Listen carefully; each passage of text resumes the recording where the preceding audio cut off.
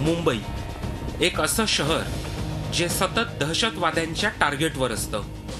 1993चा साखळी बॉम्बस्फोट असेल, लोकल ट्रेनमध्ये झालेले बॉम्बस्फोट असतील किंवा 26/11चा दहशतवादी हल्ला, मुंबई ही नेहमीच RDXच्या ढिगाऱ्यावर असते. त्यामुळे कधी कोठे बॉम्बस्फोट होईल याचा नेम नाही. याकरता मुंबई पोलिसांच्या बॉम्ब शोधक व नाशक पथकाला अधिक सक्षम केल्याचा दावा राज्य सरकारनं केला होता. त्यानुसार अत्याधुनिक यंत्रणेसह प्रशिक्षित पोलीस कर्मचारी अधिकाऱ्यांची भरती या बॉम्ब स्क्वॉडमध्ये केली जाणार होती. पण प्रत्यक्षात तसं होताना मात्र दिसलं नाही. मुंबई बॉम्ब स्क्वॉड पथकाच्या आधुनिकीकरणाच्या गप्पा केल्या जातात, पण कुलाबा किंवा जो दक्षिण मुंबई भाग ज्या ठिकाणी सतत दहशतवादी हल्ले होण्याची शक्यता असते त्या भागातील हे बॉम्ब स्क्वॉडचं कार्यालय आहे.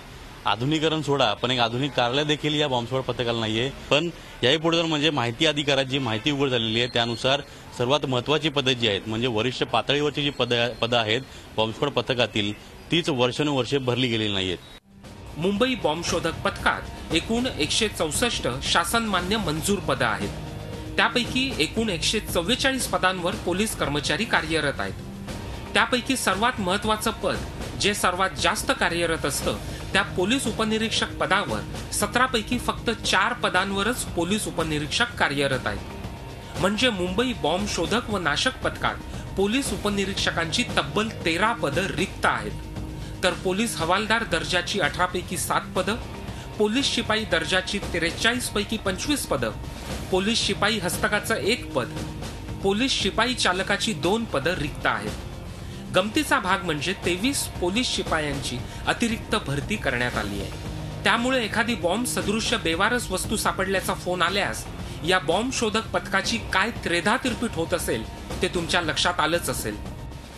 26/11 के बाद भी गवर्नमेंट इसके ऊपर सीरियस नहीं है और ये मैन पावर जो ये खाली पदे अभी तक भरी नहीं गई है.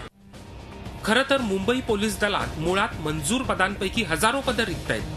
त्यामुळे एका पोलिसाला किमान 2 पोलिसांचं काम करावं लागतं ही वस्तुस्थिती आहे. दुसरीकडे पोलिसांच्या सक्षमीकरणाच्या बाता केल्या जातात, पण मुळात असं काही होताना दिसत नाही.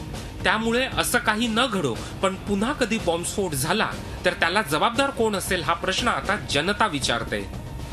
अजित मांढरे, झी मीडिया, मुंबई. झी 24 तास रहा एक पाऊल पुढे.